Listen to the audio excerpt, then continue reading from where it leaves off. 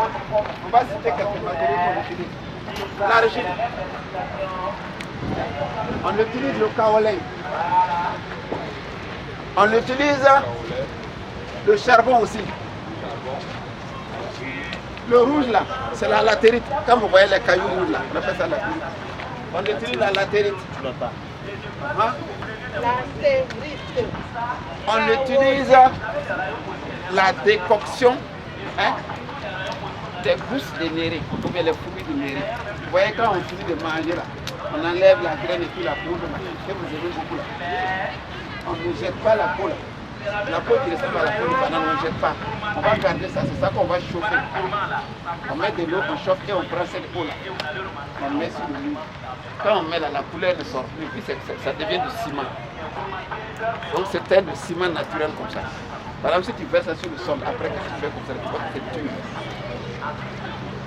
Alors, on utilise autre chose, plume de pintade. Ça, c'est le pinceau pour dessiner. C'est-à-dire pour faire. Pour appliquer les couleurs. Et on utilise aussi le balai. Alors, et en plus, il y a des pierres lisses aussi qu'on prend pour frotter. Pour que ça puisse venir. On va faire des endroits pour que ça plie. Et on va leur apprendre la signification des dessins qu'on fait là. Les dessins là ne sont pas faits au hasard. Tu ne vas pas aller chez les policiers voir qu'on a dessiné quelqu'un qui a pris des cigarettes. On va de voir. Non. On doit faire quelque chose qui retrace la vie. Par exemple quoi?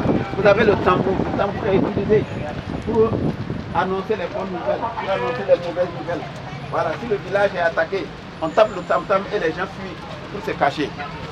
Ça par exemple, regardez. Si on vous demande la signification, c'est un morceau de calebasse. Ouais. Ça c'est quoi? Hein? Ah, voilà, le balai. Et ça? Oui. Ça servait à quoi? Oui. Très bien. Donc c'était notre monnaie quand on ne connaissait pas français. Voilà. Donc c'est ça qu'on utilisait pour acheter. Et si vous allez chez les lobbies, si vous voulez les garçons là, si vous vous mariez à une fille lobby, vous allez arriver, on va vous dire d'amener Kori. Vous compris? Il ne faut pas prendre l'argent. Si vous n'avez pas les Kori, vous allez donner l'argent et acheter les Kori avec eux. Parce qu'ils en ont. Donc voilà un peu. Et la bonne nouvelle que je vais vous annoncer, l'intérieur de la maison c'est la même chose. Dehors aussi on a fait la même chose. Depuis retenez cette date là. 26 juillet 2024. 26 juillet 2024. Le 26 juillet 2024. C'est bon? 2024. La cour royale de Tchébélé. Voilà, chez les Borossés. De Tchébélé. Tchébélé, vous écrivez T-I-E accent aigu.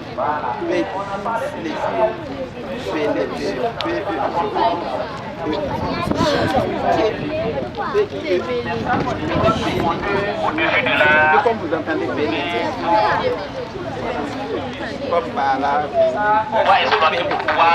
La cour de Tchébélé est inscrite, hein, inscrite au patrimoine mondial de l'UNESCO. Inscrite au patrimoine mondial de l'UNESCO. Ça veut dire que c'est devenu un bien mondial. Et c'est une fierté pour qui? Par exemple, quand on place quelque chose au patrimoine mondial, les gens vont quitter de tous les pays. Et s'ils persistent, les abeilles peuvent tuer de nulle part les attaquer. Est-ce que vous avez compris? Donc la cour royale de Tchébélé est inscrite au patrimoine mondial de l'UNESCO. Voilà, donc voilà ce qu'on pourrait dire sur l'habitat. Nous allons continuer. Vous avez une question? Question. Vous n'allez pas demander au moins une seule chose en vous ici? Voilà, demandez. Oui. Oui.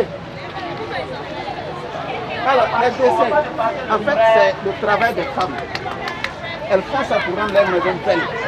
Mais les hommes, quand ils construisent aussi, retenez une chose, l'habitat borossé n'est pas construit pour dormir. En fait, c'est un habitat qui est utilisé pour se protéger contre les ennemis. Vous avez compris? Alors, ça, c'est la maison du jeune. Mais quand il y a un danger, là, tout le monde doit aller dans la maison de grenier. Quand tu arrives, la porte là est comme ça. Voilà, la porte là, c'est comme ça. C'est tout comme ça. C'est la porte. Donc quand tu arrives là, tu t'abaisses comme ça. Et devant toi, il y a un mur comme ça. La taille du mur là vaut ça. Donc, tu ne peux pas courir comme ça. Tu vas cogner le mur. S'il pleut, quand l'eau là rentre, l'eau là ça arrive vers le mur, l'eau là ressort encore. Vous avez compris? Voilà. Et c'est derrière ce mur maintenant qu'on s'est caché pour tirer quand les nuits viennent. Vous êtes dans le noir, vous ne voyez pas, mais vous voyez tous ceux qui sont dehors. Et personne ne peut venir vous voir. Tu as compris? Ça peut aller? Oui.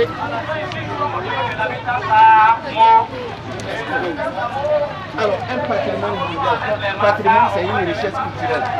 Mondiale, c'est pour le monde entier. Et l'UNESCO, le rôle de l'UNESCO, c'est reconnu mondialement. Ça protège tout ce qui est bien culturel.